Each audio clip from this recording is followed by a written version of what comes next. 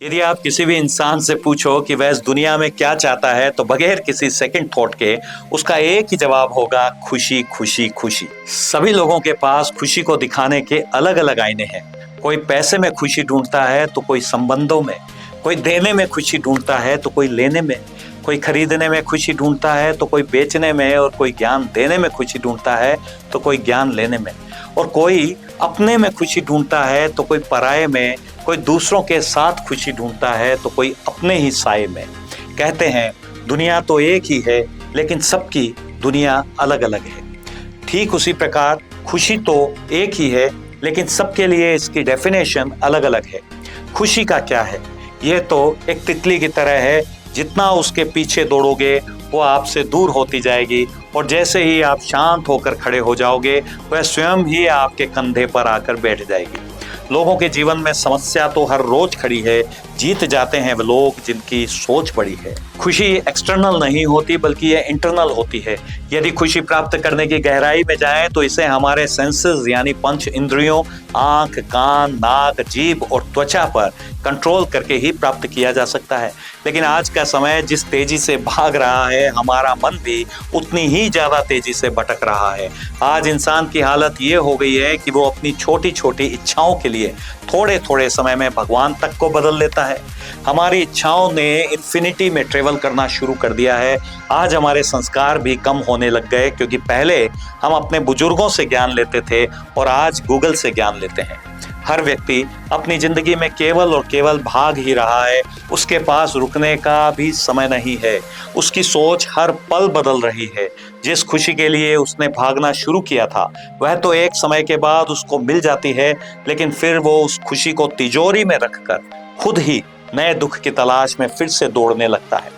हर रोज अपनी खुशी के नए नए पैरामीटर तय करता है और कभी ना खत्म होने वाली दौड़ का हिस्सा बनकर रह जाता है। कोई अपनी खुशी के लिए सपनों से दूर हो जाता है तो कोई अपनों से दूर हो जाता है। किसी ने क्या खूब कहा है, सोचा था घर बनाकर बैठूंगा सुकून से, लेकिन घर की जरूरतों ने ही मुसाफिर बना दिया। सुकून की बात मत करो, वो बचपन वाला इतवार अब लौट कर ही नहीं आता। बात बात पर हम झूठ बोलते थे लेकिन फिर भी हम सच्चे थे। ये उस समय की बात है जब हम छोटे बच्चे थे। हम बचपन में खूब खुश होते थे क्योंकि हमारे ऊपर कोई जिम्मेदारियां नहीं थी, लेकिन उस समय हमें बड़े होने की जल्दी थी, और जब हम बड़े हो गए तो अब हमें फिर से बच्चे की तरह खुश रहने की इच्छा करती है। खुशियों पर किसी का भी कॉपीराइट या पेटेंट नहीं है। खुशियां दुकानों पर नहीं मिलती, यानी उन्हें खरीदा नहीं जाता, बल्कि इसे तो शांत होकर अंतरात्मा से खोजा जाता है। कुछ लोगों के लिए तो पैसा ही खुशी है। यदि यही सच है तो फिर गरीबों के चेहरों पर भी खुशियां क्यों दिखाई देती है?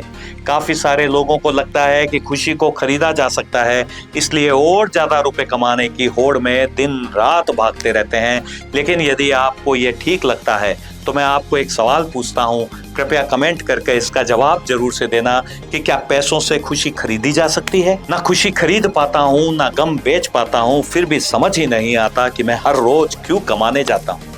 मेहमान की तरह घर आते आते बेघर हो गए हम तो कमाते कमाते। मेरे हिसाब से खुशी का मतलब है देना। जिस दिन भी आप लेने की बजाय देने की कला सीख जाते हैं, उसी दिन खुश रहना सीख जाते हैं। जिस दिन तक आप में भाग दौड़ कर कुछ लेने की भावना होती है, आपकी लालची प्रवृत्ति आपको खुशी के पास नहीं आने देती, लेकिन जिस दिन आप में देने की भावना आ जाती है, आप आसपास के लोगों, जीव जंतुओं की मदद करना शुरू कर देते हैं, आपको शांति मिलने लगती है, और इसी शांति से खुशी का जन्म होता है। दुनिया पर विजय पाने से ज्यादा महत्वपूर्ण है खुद पर विजय प्राप्त करना।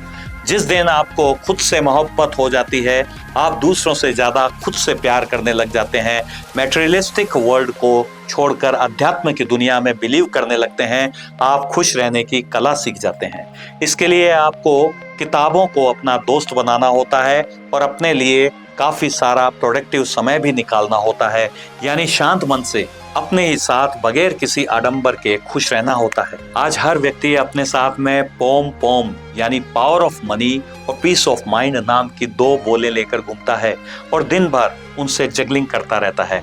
कभी उसे लगता है कि पावर ऑफ मनी से वह सब कुछ हासिल कर सकता है, तो कभी उसे लगता है कि खुश रहने के लिए उसे पीस ऑफ माइंड की सबसे ज़्यादा ज़रूरत है। कई बार उन्हें लगता है कि अच्छे ब्रांडेड कपड़े, बड़ी गाड़ियाँ और मकान ही असली खुशी देते हैं, लेकिन फिर एकदम से लगने लगता है कि ये एक बार तो आपको खुशी देते हैं, लेकिन लंबे समय तक आपको बंधन का भी एहसास कराते हैं। जैसे एक बड़ा मकान बना लो तो एक बार तो आपके मेहमान उसके लिए आपको काफ़ी अप्रिशिएट करते हैं, आपकी खुशी फील करवाते हैं, लेकिन बाद में आप उसकी संभाल, उसकी मेंटेनेंस और उसकी सिक्योरिटी में पूरी तरीके से परेशान होने लगते हो। सारी ज़िंदगी उसकी EMI चुकाते रहते हो और ओनर की बजाय उस मकान के लोनर बन जाते हो।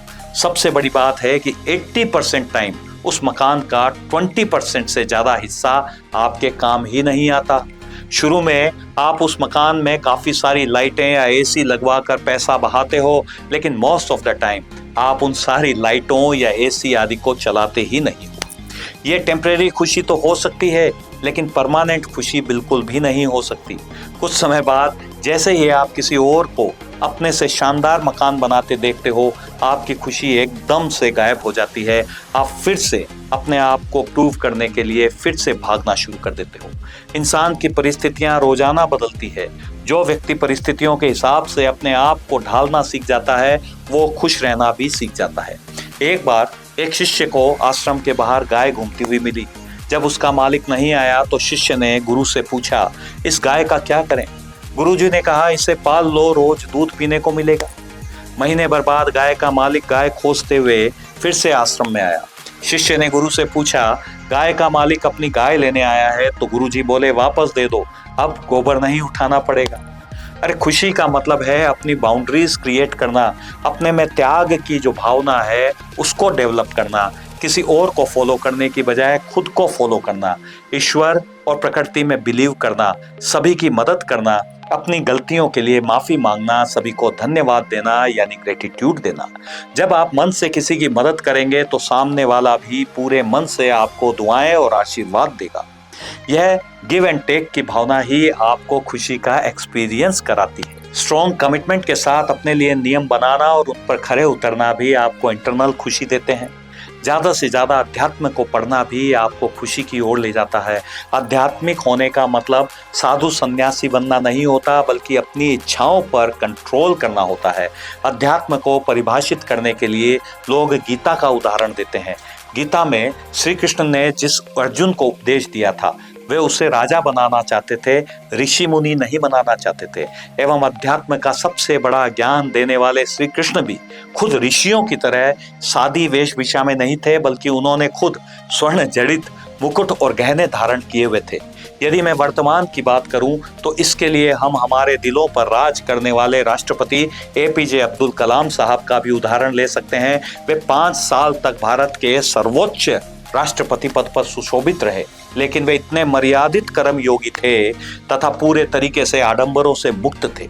मृत्यु के पश्चात उनके पास काफी सारी किताबें, अवार्ड्स और डिग्रियों के अलावा केवल 4-5 शर्ट्स और 3 सूट ही निकले थे। हम इंफोसिस के फाउंडर नारायण मूर्ति का भी उदाहरण ले सकते हैं, जिनकी पत्नी सुधा जी ने लगभग 20 सालों से अपने लिए एक साड़ी भी नहीं खरीदी। जबकि आज छोटे मोटे अमीर ज़्यादा भी किश्तों में सामान लेकर अपने आप को दुनिया के सबसे बड़े अमीर साबित करने में लगे हुए हैं। जीवन में समस्याएं तो हर रोज खड़ी है, जीत जाते हैं वे लोग जिनकी सोच बड़ी है। मन भर कर जियो, मन में भर कर नहीं। गंगा में डुबकी लगाकर तीर्थ किए हजार, इतने से क्या होगा जब तक बदले नहीं विचार। खुशी एक बहुत बड़ा सब्जेक्ट है, इस पर और भी कई वीडियोस बनाए जा सकते हैं। यदि आप चाहते हैं कि मैं इस पर एक और वीडियो बनाऊं तो मुझे कमेंट करके बतलाएं।